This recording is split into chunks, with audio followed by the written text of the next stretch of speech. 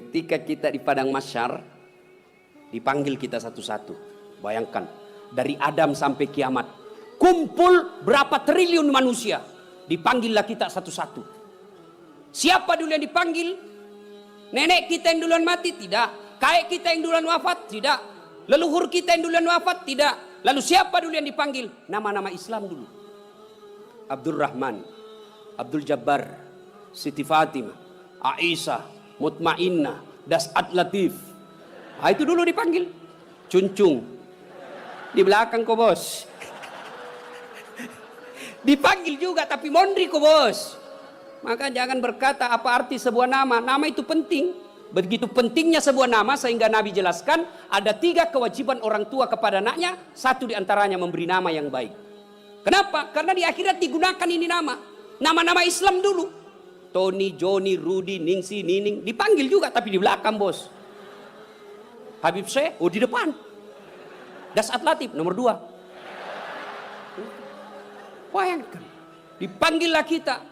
Nah, orang bilang apa arti sebuah nama? Coba bayangkan kalau tidak ada semua nama di sini. Yang paling repot caleg. Pilih saya, siapa? Anu siapa? Anu. Coba kalau ada... Coba sebut nama. Orang sebut nama minimal 2 saya bisa tahu. 1, suku, 2 agamanya. Nama. Margono. Nah, biasanya Jawa. Gitu? Nama. Ambok Dalle. Anda mungkin Cina. Masa Ambok Dalle Cina? Nah, pasti Bugis. Ya kan? Nah, nama. Yang kedua, nama adalah doa.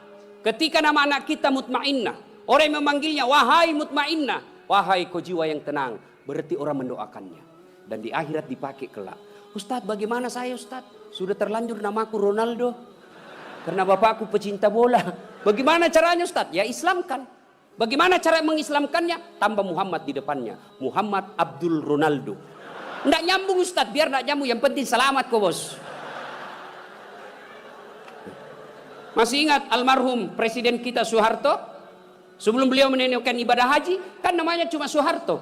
Setelah menunaikan ibadah haji, Raja Fat waktu itu sadar, wah menderita nih Pak Harto nanti. Kalau tidak diislamkan, maka diislamkanlah namanya, ditambah di depannya Muhammad Soeharto. Ibu Tin juga ditambah di depannya Siti. Maka ibu-ibu yang sudah terlanjur namanya islamkan. Harus rubah KTP? Tidak. Yang penting misal ulang tahun. Saudara-saudara sekalian hari ini nama saya islamkan. Yang tadinya Desi Ratnasari, saya menambah di depannya Siti Desi Ratnasari. Yang ketawa serius orang ini. Nah, nama penting. Dan pada saat itu ketika kita dipanggil satu-satu, wajah-wajah kita di padang mahsyar tidak lagi seperti ini. Ada yang mukanya seperti ular. Kata Nabi, siapa yang muka ular? Mereka yang suka menjilat-jilat. Ini di kantor bupati banyak begini. Ya Pak, siapa. Ada juga orang itu pegawai kayak ndak punya lagi harga diri di depan bupatinya. Ya Pak, terserah Bapak. Wah. Cemen lumen. Ya. Yang kedua kata Nabi, ada juga nanti yang mukanya seperti anjing. Siapa muka anjing ya Rasulullah? Beliau menjawab, mereka yang disogok dan menyogok. Nah, ini termasuk anggota DPR nanti yang terpilih karena nyogok. Ada begitu di sini? Ada? Nah, kau salah, kenapa kau pilih? Tapi kau larang, tapi kau bilang, wane piro. Lalu kata Nabi ada juga nanti yang mukanya seperti tikus. Ya Rasulullah, siapa muka tikus? Mereka yang suka mengambil barangnya orang. Nah ini yang ini di sini ya yang suka korupsi dan disuruh pikul itu hasil korupsinya. Saya kalau lihat itu orang korupsi 3 miliar, 10 miliar, setengah mati dia pikul nanti itu. Dia bilang mahasiswaku 10 miliar uang dolar Singapura Ustaz itu dikantongi ji. Saya bilang jangan kau bayangkan uang Singapura, uang koin. Apa? Uang koin 10 miliar, pikul kau itu. Nah. Ada juga kata Nabi yang nanti mukanya seperti kuda. Siapa muka kuda ya Rasulullah? Nabi menjelaskan mereka yang suka mendahului imam ketika sholat berjamaah. Nah ini anak muda ini yang banyak. Imam belum turun dia sudah turun. Imam belum naik dia sudah naik. Ditanya kenapa kok cepat sekali? Dia bilang ini orang tua Ustaz. Sudah lowbat, saya masih full charge. Tidak boleh begitu bos. Ini juga imam kadangkala harus perhatikan. Ada juga kadangkala imam membalik-balik sunnah Rasul. Nabi jelaskan kalau kau jadi imam ringkaskan bacaan solatmu. Ini baru jadi imam mau takbir aja sudah lama. Gaji itu muakkak mani bawan selesai. Ada juga yang begitu. Kata Nabi ringkaskan bacaan solatmu. Ringkas. Yang kedua kata Nabi, bacalah yang umumnya orang hafal. Tujuannya apa? Satu, orang bisa husuk mengikuti kalau yang dia baca hafal. Coba kalau imamnya membaca kul huwallahu ahad, anak-anak juga ikut di belakang. Kul huwallahu ahad. Karena dia hafal. Begitu imam membaca surah Al-Baqarah ayat 10 sampai 115. La haula wala quwwata illa billah. Dia husuk dengan bacaannya, kita husuk dengan hayalan. Kita mau ikut, tidak dihafal, mau ruku, belum selesai, terpaksa kita baca semua itu di dinding. Keadaan keuangan masjid, pengeluaran, saldo. Waduh. Sudah dibaca satu tripleks, belum selesai bacanya imam, dibaca lagi kalender. Persatuan Guru Republik Indonesia cabang Kabupaten Tanah Bumbu.